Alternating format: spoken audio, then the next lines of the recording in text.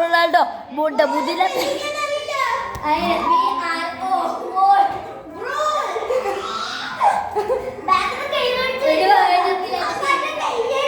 ഒറ്റ ഒരു വേൾഡ് കപ്പിൽ ബുദ്ധി ഉണ്ടോ? ബുദ്ധിയില്ലാത്ത വേൾഡ് കപ്പ് മെസ്സി എടുത്തതല്ല ഗൈസ്. ആ പ്രകട കുണ്ടി മെസ്സി എടുത്തതല്ല.